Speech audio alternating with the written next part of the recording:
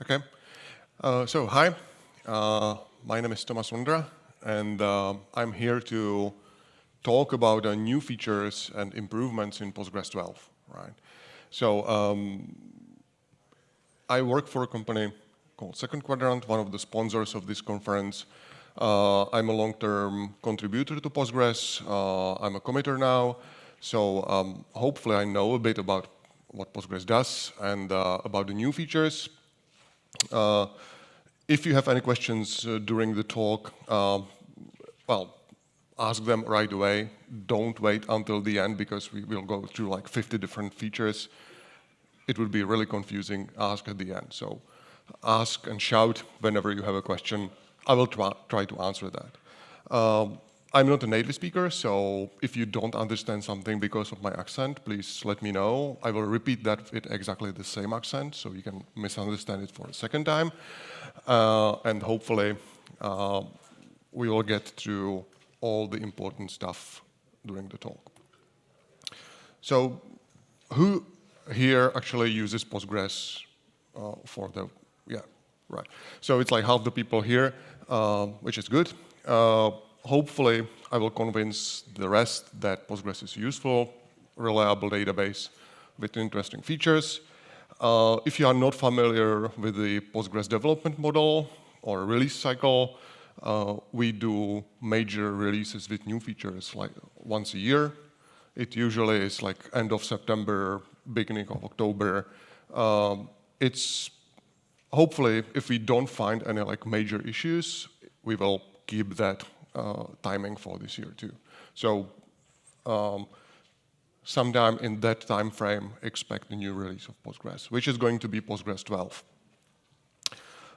That branch, if you look into Git repository, has like 2,000 different commits since the last release. And some of those commits are quite large. It's like hundreds of kilobytes of changes. So we really don't have time actually to go through all of that.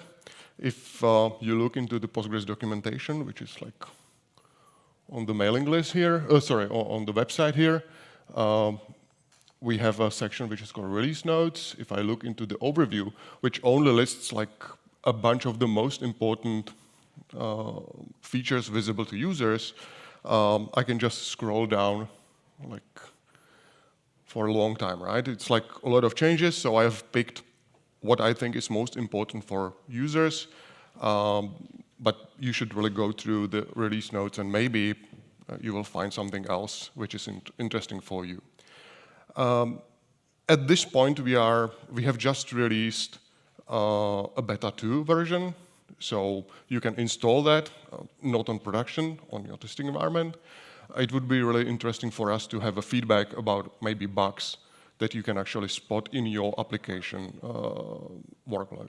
So report bugs, report regressions, report unexpected behavior, whatever you find, we will fix it. Right, so I had to kind of split all the changes, all the improvements into like different categories, right? So to give you some overview. It's kind of traditional to use these 4 categories. If you happen to see a talk about new features from some other developer, they will probably use the same categories, right? So first we will talk about performance, then we will talk about features which are interesting for administration, and then we will talk about features that are for developers and kind of like general features that don't fit into any of the other categories. So performance, right? I suppose you all kind of know what partitioning is, right? Postgres 11 actually introduced the feature of partitioning table into smaller chunks and kind of accessing individual partitions, which improves performance and allows different optimizations like removing old partitions to archiving data and stuff like that. But we really had a problem, or kind of still have, problem with schemas with many partitions. So if you had like 1,000 partitions, in some workloads you might see significant slowdown, for example, right? Because the planning and query execution took longer than expected. So maybe it didn't help for you, and Postgres 12 will actually improve this quite a bit, right? We have reduced and optimized the planning and the execution so that now it's actually realistic and useful to have thousands of partitions. You can still run into some inefficiencies, but we will fix that in future versions. So the first thing is we can prune partitions during planning, right? So when you have a query which accesses, for example, which has a where condition that can be used to eliminate some of the partitions, we can do that at plan time. We can do that at execution time for DML, so that should speed up inserts, updates, and DML, like operations that modify data. Right? And there are some other optimizations, like for example, when you do a copy, load a batch load into a partition table, that now can actually do something we call multi-inserts, which is like a batch insert into the individual partitions, which is a significant improvement. It's like order of magnitude faster than before, right? Which is really important because partition tables are most widely used for large databases, right? Which ingest a lot of data, so this is a significant improvement. The other optimizations about partitioning is, imagine you have a query which only really accesses a single partition, right? Like for example, you are selecting by primary key and the table is partitioned by hash of the primary key. So you will always hit a single partition in that case. What Postgres does, it kind of has a special node in the execution plan, like operation in the query, which merges data from different partitions. But you don't really need that when you only hit a single partition, right? You don't need to merge the data. So in that case, it only adds overhead because you still need to do some operations to execute the node, which is annoying because those queries are typically small, fast. So the overhead is, it might be like 1 millisecond, but it's still a significant portion of the execution time. So Postgres 12 can actually remove that and not actually include that node in the query plan at all, right? So you will get simple queries, faster execution. We can now also do pruning, like removal of partitions at execution time, right? So we do a first phase of the partition planning and pruning when we are planning the query, right? And then we execute the query, but based on the data that we find somewhere, we can actually remove some additional partitions and kind of ignore that during execution, which is, again, a performance optimization. And when it comes to administration of partitioning, one of the annoying things was that when you wanted to add a new partition to the table, we needed to acquire a fairly strong lock on the parent table, right? So all the queries that were, for example, selecting from the table or inserting data into the table had to stop, right? They needed to wait for this attachment of the partition to complete. So Postgres 12 actually reduces the strength of the lock, and this will no longer happen, right? The new lock level is something we call share update exclusive, which kind of allows, for example, select queries to continue without waiting for the lock.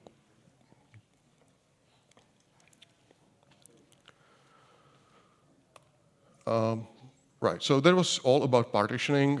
Like partitioning is one of the features that will probably receive improvements for the next 10 years, right? So we do small steps in every release. Any questions about partitioning? No. So who knows what JIT is, what the just-in-time compilation is? Right, okay. So for the rest of you, it means that we can actually change the binary, the code that is executed depending on, for example, structure of the table, right? What we used to do is that when you have a, when you are, for example, reading a row from disk, you need to parse that and understand how the table structure actually is. So some columns may be null, some columns may not be null, right? So you will skip parts of the data depending on that. And that's kind of annoying because it means a lot of branching, a lot of if conditions, and all of that in the C code, which is really complex, and it makes optimizations on the CPU impossible. So what we can do now is we can kind of recompile that based on the structure of the individual table, right? And we can do that at runtime using the Clang and LLVM libraries. We have done that in Postgres 11, but it was disabled by default. So if you have like large analytical workloads that have complex tables, there's a good chance you can actually benefit from this. Like the query might be, for example, twice as fast, or we have seen examples where it didn't help at all, but we have also seen examples where it was like order of magnitude faster, right? So it will only kick in for queries that we assume are expensive, depending on the estimates on the planner assumptions, like how expensive the query is. It will not help for simple OLTP queries, but for large analytical workloads, that could be a significant improvement. The other thing that gets continuous improvements in Postgres are indexes, right? I mean, like, indexes are pretty important for any other database. Postgres is not an exception. Especially B trees are like the default type of index in relational databases, right? It's like the search tree index. They are quite mature and heavily used part of that, part of the database. But there's still plenty of room of improvements as obvious from all the improvements in the recent versions. We have improved space efficiency, so we can actually make the indexes smaller by changing how some criteria, how the pages are split, and so on. And we can also reduce locking overhead, so that's always good for like high concurrency environments.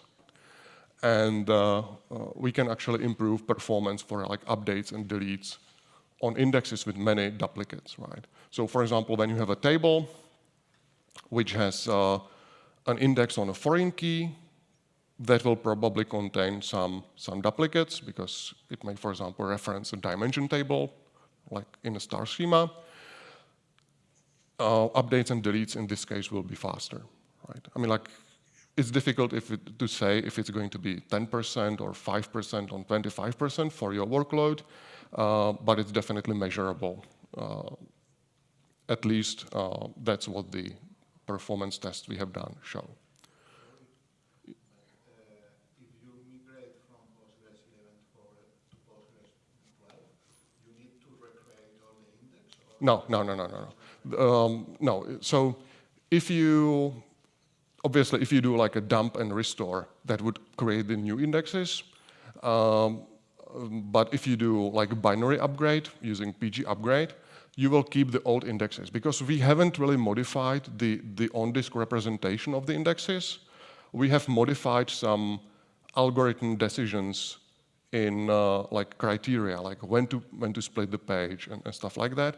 So it's backwards compatible. You will not see issues or like you will not have to rebuild indexes. Okay.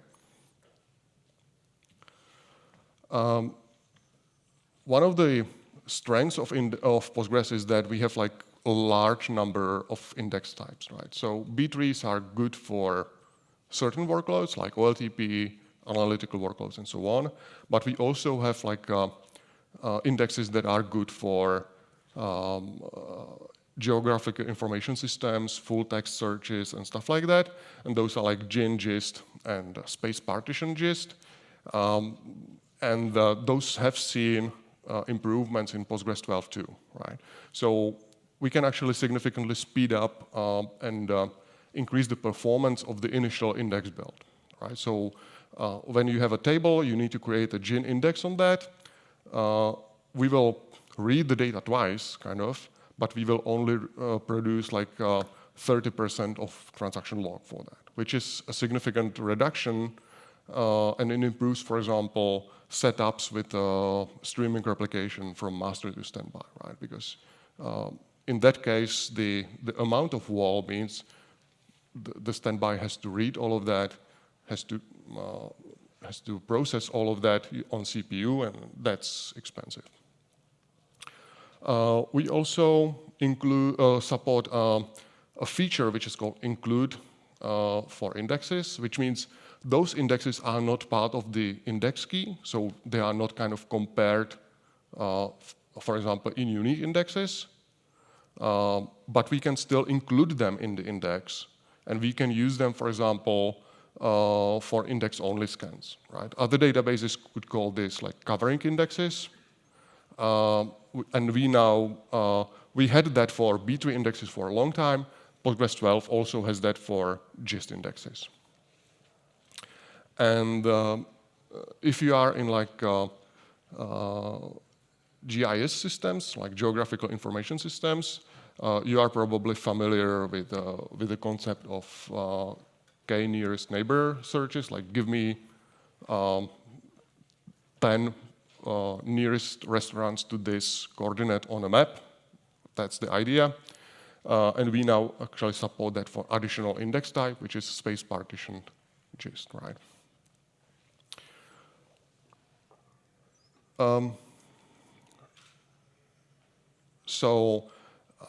The next topic is partial toast decompression.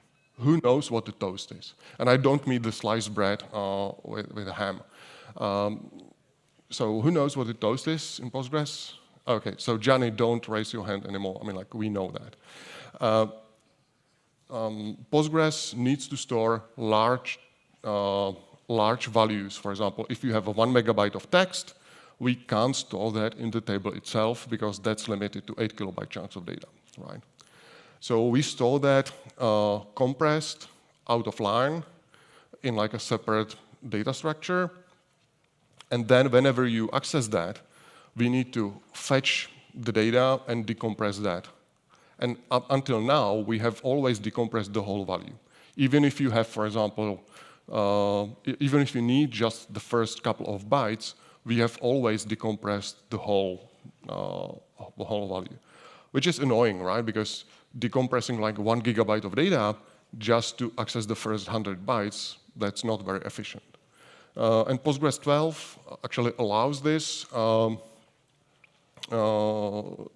do a partial decompression, so just decompress the initial chunk of data and then just abandoning the rest, which is perfectly fine if you only need the initial data, right? This was developed specifically for PostGIS, which is a geographic information system built on Postgres. It was actually done by Paul Ramsey, one of the Postgres developers, and we expect actually this to be applied to other parts of the data, of like other functions. So for example, substring, if you only have like the initial, if you are requesting just the prefix of the data, this will work perfectly fine.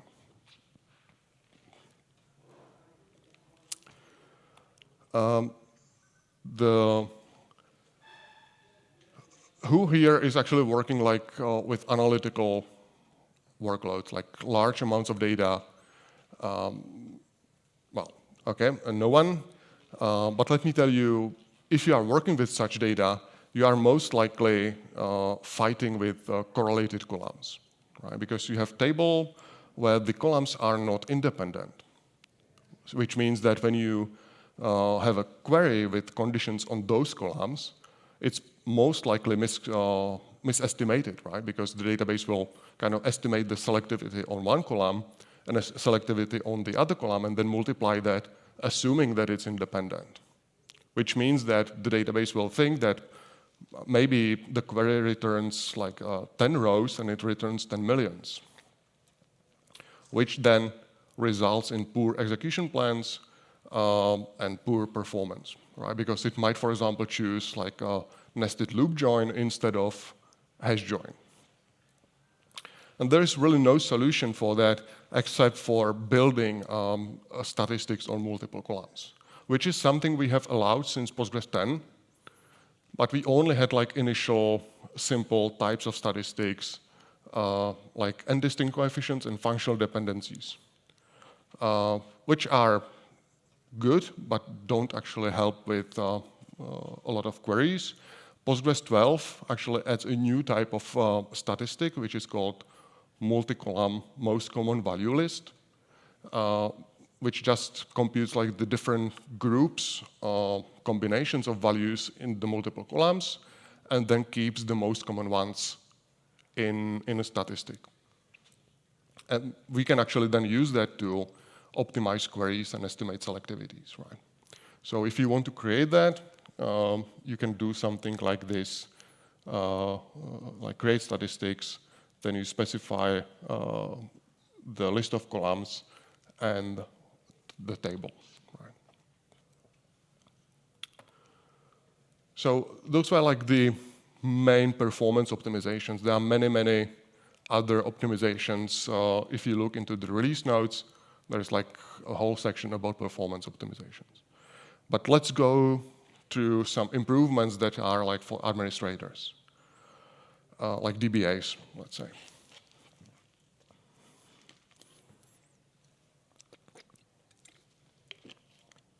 So the first thing, which is really annoying when you are a DBA, is when you don't know, when you are doing like a maintenance operation and you don't know how far it already got, right? So you are, for example, doing a vacuum on a large table, like a manual vacuum, which removes some dead tuples that are not visible to anyone, but you don't know whether it's already like cleaning up indexes or it's just like halfway through the table, or what's the current status. Postgres 9.6 actually added a progress reporting for exactly that. So what that means when I say progress reporting, there is a system catalog which shows you all the running operations and say like which phase it is in, right? But now in Postgres 12, we have expanded that to additional operations. So for example, when you do a create index, you will see there is a system catalog, pgstat progress create index, which will tell you like what exactly is it doing, how much data it already scanned from the table, like, and you can do some estimates like how long it will take till completion, right? The same thing is for cluster. Cluster is like when you take the table and reshuffle it into a new table, right? You could see it as a create table as select or something like that. So that's another maintenance operation. On the previous slide, I mentioned like create index and create index concurrently. When you do create index, or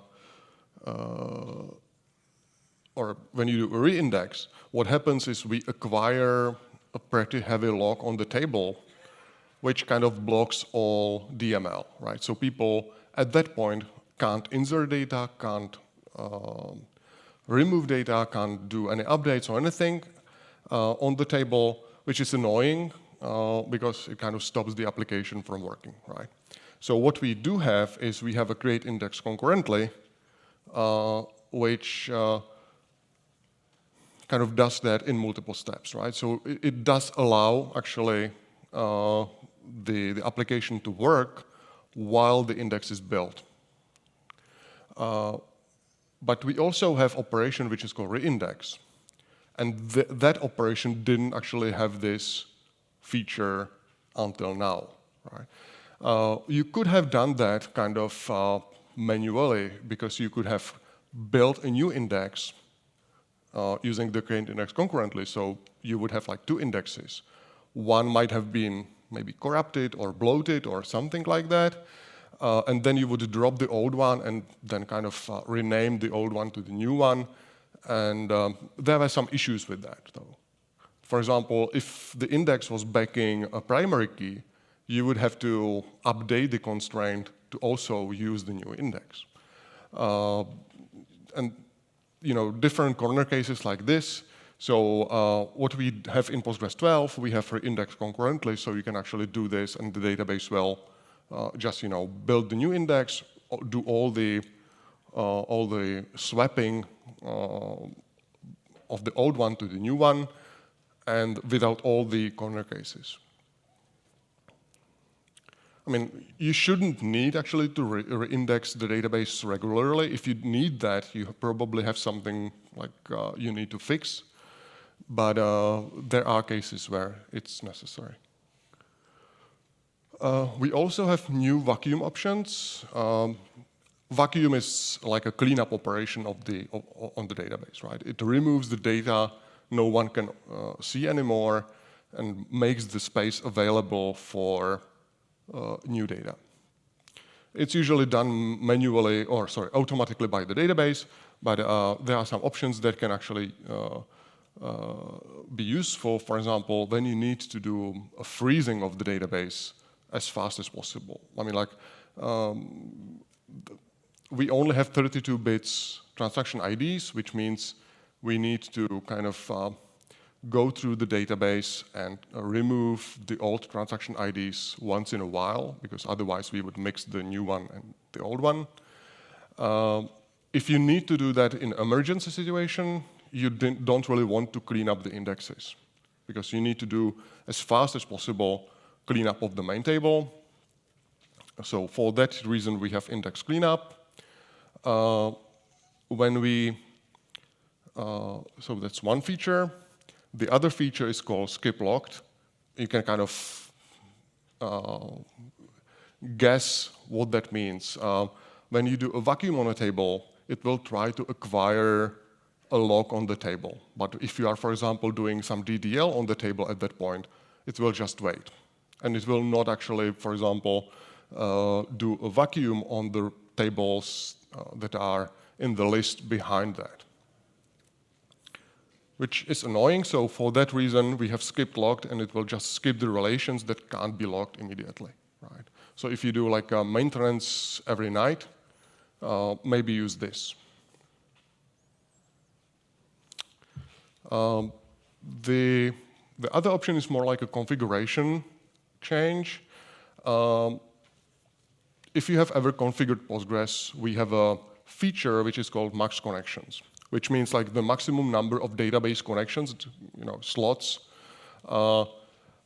for user queries. I mean, like, so for example, application can open up to this number of connections.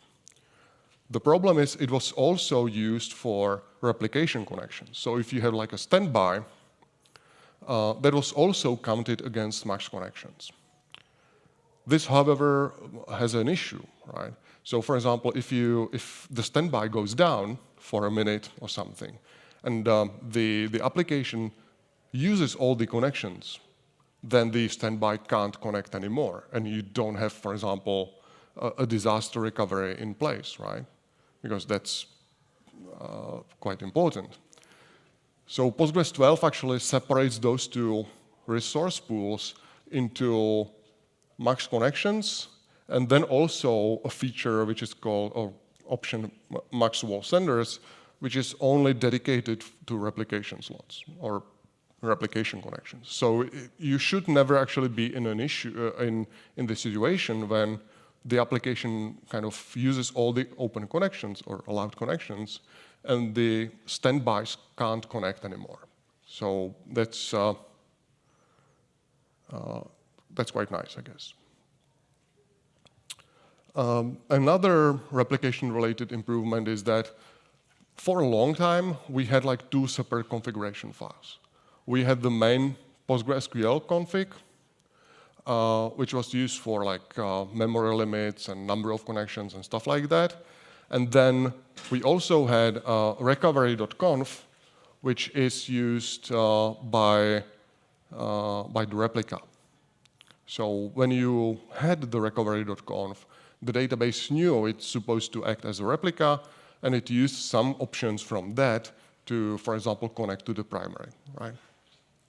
Well, that had issues because suddenly you had like multiple configuration files that you had to manage, and we also used the configuration file for like signaling and communicating with the server, which led to strange issues or like strange behavior. So in Postgres 12, we got rid of the extra configuration file. All of that is configured in the main configuration file in PostgreSQL.conf. That also allows actually reloading some of the configuration options without having to restart the server, right? And PG base backup, which is the built-in physical backup tool, actually was modified to actually use that. So instead of generating the recovery.conf, it now generates like PostgreSQL auto.conf, which is automatically loaded into the main configuration file, right? And yet another improvement for replication or standby is after years and years, we actually have a function in SQL which we can use to promote the standby, right? So instead of signaling the server through some files or whatever, we can actually connect to the standby if it's configured in like a hot standby setup, in which case you can only do read-only queries, but it's enough to execute PG promote, which is a function in Postgres, and it will actually switch that from a standby to a standalone machine. And it will wait for the promotion to finish for a configured amount of time, right? So that finally makes some easy to use cluster management systems for Postgres. Right. So that was all about replication. Now let's talk about something completely different. We have a sample of statements. For a long time, we allowed to log long-running queries, right? So for example, you could say that your application should only do queries within 1 second. No query should run longer. So those exceptions can be logged into the server log and then analyzed, like inspected what went wrong, right? So maybe it's some issue in the data, or maybe the query was written in like inefficient way or something like that. But it's not very useful for like having a good overview of the total performance of the server, right? Because it kind of ignores the large part of the workload, which is like faster than you expected. So what we have now is, but on the other hand, you could set log min duration statement to 0 and log everything, but on busy application that will produce like gigabytes and gigabytes of data every hour. So that's not useful either, because it will have performance impact on the application, of course. So what we have now is we can actually sample the data, sample the queries, and only log, for example, 1% of the queries, right? Depending on the log min duration statement, right? So we kind of combine these two options. So the queries that pass the log min duration statement, we then sample either at the statement level or the whole transaction, right? You can then use this data to actually, say, use PG Badger, which is a tool that analyzes the server log and generates some nice charts with like slowest queries and stuff like that. And it's good because it's like more representative and complete sample. So yeah. So that's good. We also have a monitoring feature which is called PG stat statements. If you have never seen that, you should probably look at it. It's like a system view, which gives you individual queries that you executed, and it gives you like number of times it was executed, how long it took in total, like what was the minimum, maximum duration, how many queries it returned, and all of that. So you can kind of use that to filter the most expensive queries that might be useful to optimize. And it's like an alternative to writing all the queries to the server log and then parsing it back and processing that, right? So this is all done by the database automatically. But if you have like multiple databases or multiple users of the database, the annoying thing is that once in a while, you may need to reset the data, right? So discard the old data and start from scratch. So for example, when you install a new version of the application, I mean, like you want to see how the new application behaves, the new version behaves, without actually looking at the old data. So at that point, you need to reset the data, but we only allowed resetting everything, which is annoying because it kind of affects users who still want the old data. Postgres 12 actually allows resetting like just small chunks of the data for individual user, database, even for individual statements, right? So for example, when you remove a query from the application, you can say, forget this one, we will never see that again. And you can use the data, the slot in the statistic for something more useful.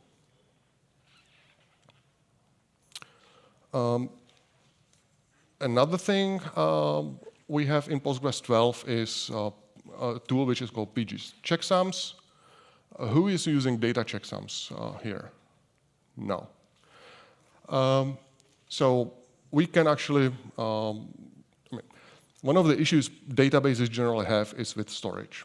Right? I mean, like when you write something to the storage, it might get corrupted outside the database and then cause issues like incorrect results or crashes or something when we read that back. Right? So what Postgres can do, but it doesn't do that by default, is keeping checksums for each 8 kilobyte page that it stores on disk. You need to enable that you needed to enable that when initializing the cluster, the database, but then we didn't really have a way to check the checksums, verify the checksums on that. Postgres 11, I think, introduced a function which is called, or a tool which is called pgverify checksums, which when you shut down the server, shut down the database, it can actually check all the data, all the checksums.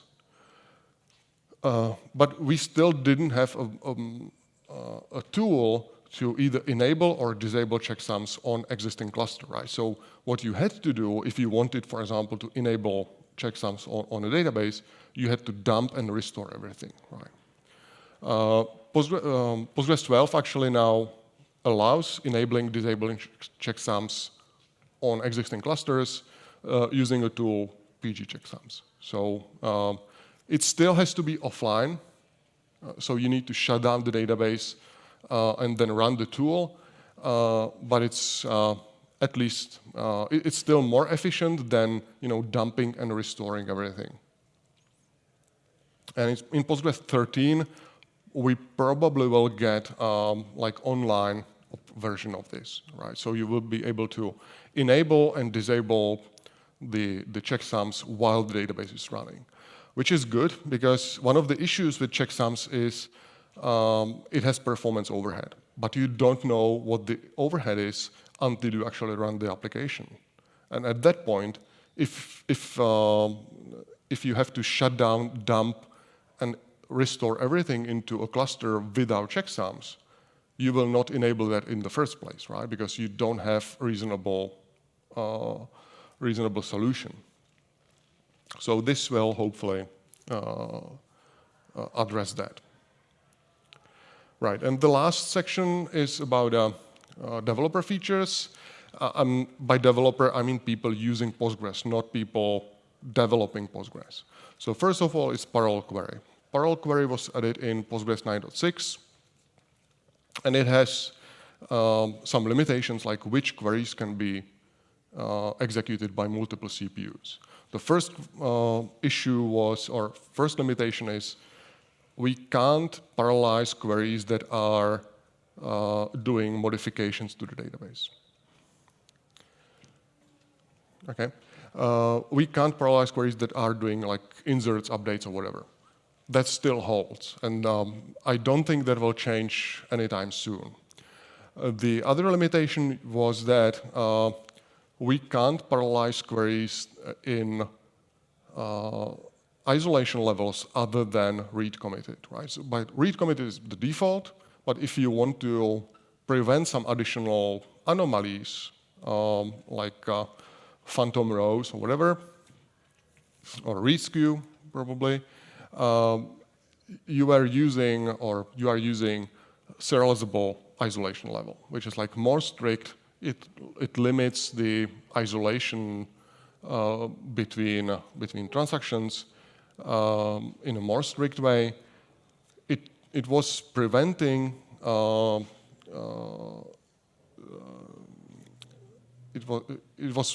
it was not possible to execute queries in that isolation level in parallel. In Postgres 12, this was limited. This limitation was removed. So if you are running that, if you need to use serializable, you can now benefit from parallelism. It's still just reads, though. I mean, like, so you can't modify queries, modify data in parallel mode. We also have something called generated columns, which, let's say you have a table and some of the columns are kind of computed from the other columns, right? One option is you do that from at the application level, like the application does that before inserting the data into the database. It's one option. The other option in Postgres used to be like before triggers, right? So you had a special trigger that was executed before inserting the data into the data file. Generated columns are kind of similar to that, but it's more like SQL standard feature. So for example, you could specify like temperature is in Fahrenheit is generated from temperature in degrees of Celsius using this formula. It's a virtual column, so it's not actually stored in the data, and it's kind of calculated after a before trigger. You could also imagine that as a kind of a view on top of the table, right?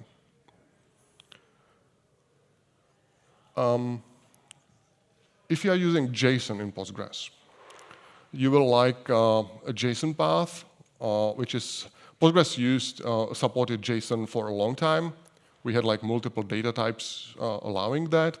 But one of the issues is when you need to manipulate with the JSON, it's kind of cumbersome, right? I mean, like we used to have JSON for many years, and SQL Standard actually introduced a new API, new interfaces to access parts of the JSON document, which is different from what we used to have.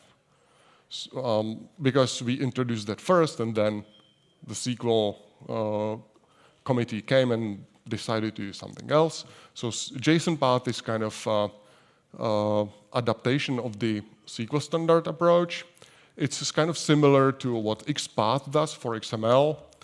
So for example, you can access a document in these ways. So like you have a document which has a key, which is called phone numbers, which is an array.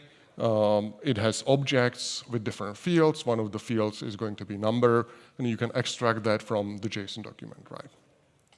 You can also do limitations, like restrict which of the values you want to extract.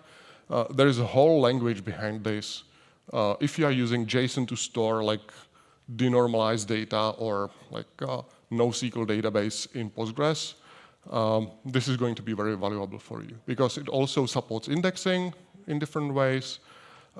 It supports GIN and so on. So that's very interesting, I think.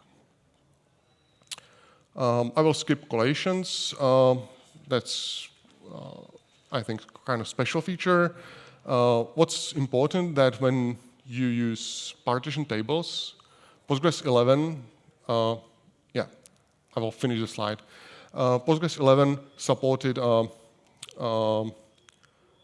foreign keys only from the partition table to non-partition table. So for example, when you have a partition fact table in a star schema, it was possible to create foreign keys to dimension tables. In Postgres 12, it's also possible to do it the other way, right? So for example, you can have two different partition tables and have a foreign key in both directions, which is great, I think. Right, and one thing I'd like to mention, the last thing is pluggable storage. If you are from MySQL world, you probably know the idea of like storage engines. This is kind of Postgres' approach to that. We have it allows actually Postgres to use different types of storage, like storing the data in different way, right? We have a very traditional row store, so the data is stored as a rows of data, one after each other, which is good and it served us really well.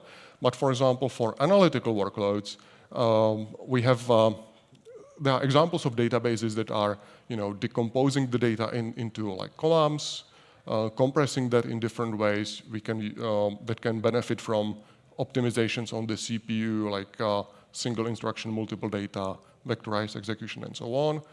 That's not really possible with the row store. So we are looking for,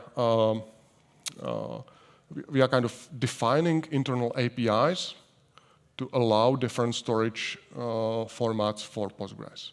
I mean, like for you as users, that's really not useful at this point.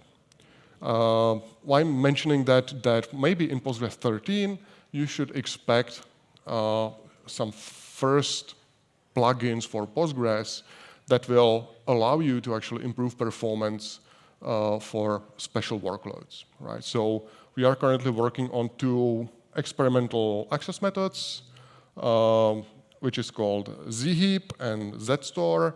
The first one is like a different version of